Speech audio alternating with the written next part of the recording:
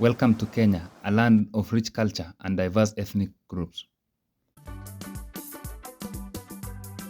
In this documentary, we will explore the fascinating world of the Swahili people, who have a unique history and heritage that spans generations.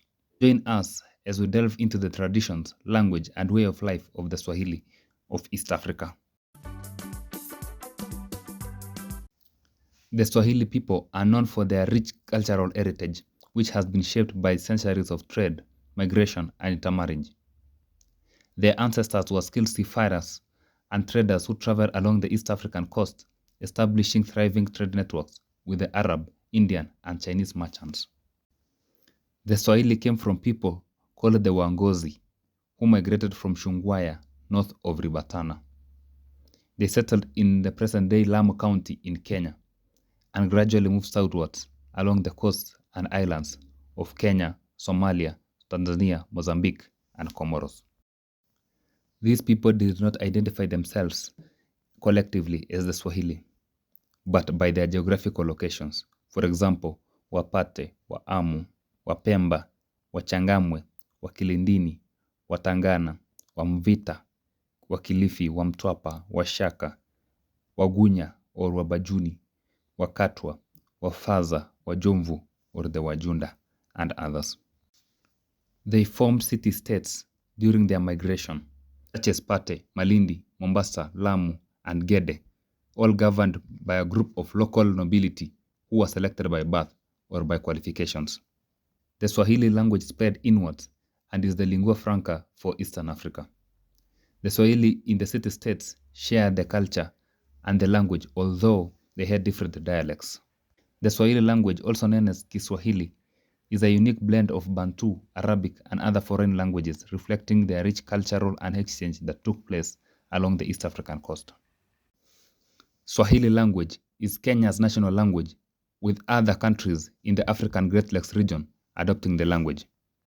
The Swahili used to distinguish themselves from other Bantu speakers by calling themselves Wangwana, or the civilized ones. The Arabic culture has had the greatest influence in shaping the Swahili traditions. One major legacy of the Arab culture is the prevalence of the Islamic religion among the Swahili people.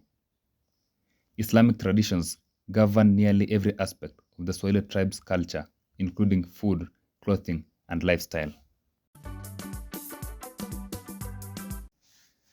The Swahili were originally matrilineal, meaning that the ancestral descent is traced through maternal lines. Women owned houses which were built as soon as a girl is born, but men made the major decisions for the family and also provided security for the community. Unlike other Kenyan tribes, there are no specific rites of passage for young Swahili men and women. Marriage marks the transition to adulthood. Swahili marriages are usually arranged by the parents.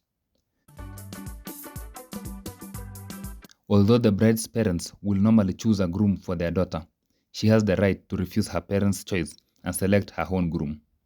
Swahili weddings last for several days and involve elaborate preparations, ceremonies, and activities for both men and women. However, only men are allowed in the mosque for the official marriage vows. Marriage between cousins was encouraged so as to keep property and family together. Swahili men wore kikois, while women wore kangas or lesos with Swahili sayings printed on them. The Indian Ocean has always played a vital role in the lives of the Swahili people. Fishing, boat building, and maritime trade have been the integral part to their livelihoods for generations. Swahili fishermen are known for their traditional fishing techniques, such as using doors, wooden sailing boats, and handcrafted nets.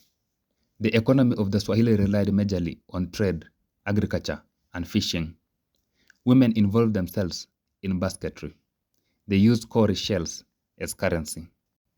The items of trade were slaves, timber, and ivory traded for spices and clothes from the Arabs. The ocean has also shaped their culture with Swahili folklore and mythology often featuring stories of sea creatures and maritime adventures. The Swahili people have a rich cultural heritage, which is evident in their traditional music, dance, and rituals. Swahili music is characterized by its lively rhythms, melodic vocals, and the use of traditional instruments such as the oud, kanun, and the ngoma drums.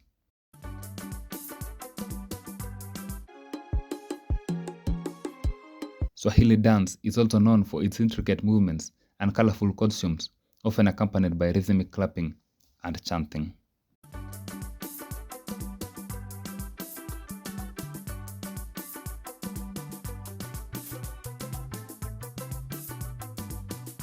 Poetic and Swahili expression is an important feature of the Swahili culture.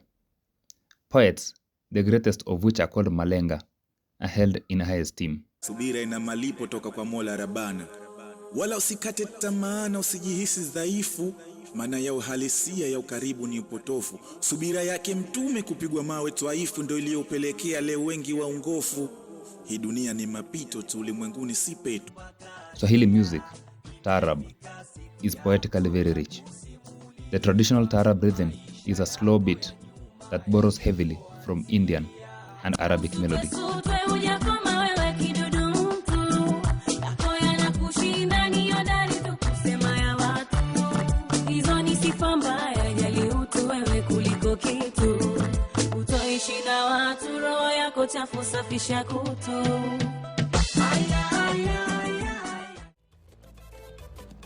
Chakacha is another authentic Swahili music genre with a faster tempo than taarab.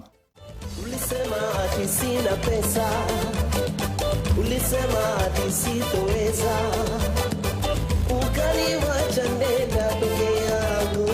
Sasa mama we, walia mwenyewe, mama lea mtoto wangu, mama lea mtoto wangu, mama lea mtoto wangu we.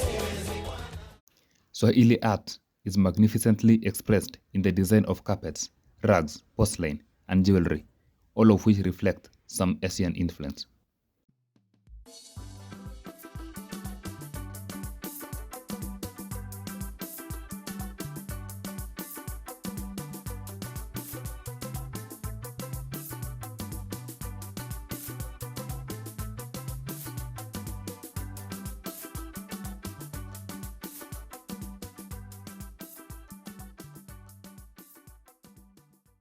The Swahili also incorporate unique architecture into the design of their homes and mosques. The town of Lamu in Kenya is perhaps the best place to see the finest Swahili architecture, art, and crafts.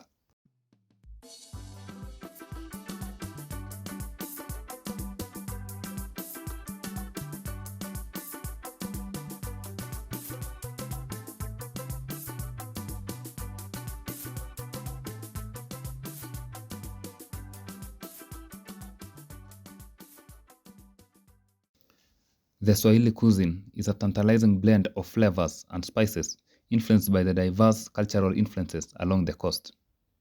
Swahili dishes are known for their use of seafood, rice, and coconut, and also spices such as cardamom, cinnamon, and cloves.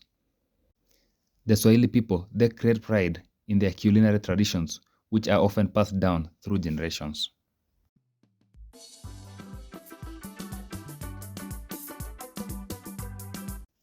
Rice and coconut milk has traditionally been the staple food for the Swahili.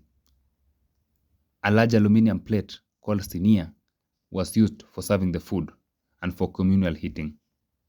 The Swahili tribe eat a lot of different grains, vegetables, and fruits, including beans, peas, tomatoes, potatoes, kales, spinach, mangoes, coconut, and bananas. Goat meat and chicken are traditionally served during special occasions. The Swahili are now predominantly Muslim, but before the arrival of Islam, the Swahili worshipped Mungu, or God, who is the creator of the universe, to whom they prayed directly. Worship was according to the traditions of their ancestors. The Swahili people have a long history of trading, which has influenced their language, customs, and cuisine.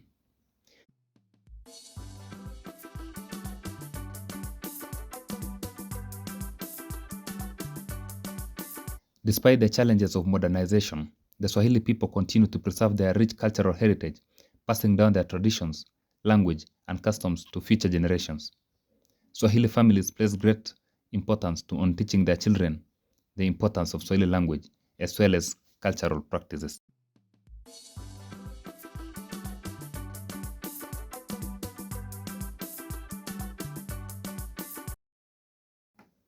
Thank you for watching and see you in the next video.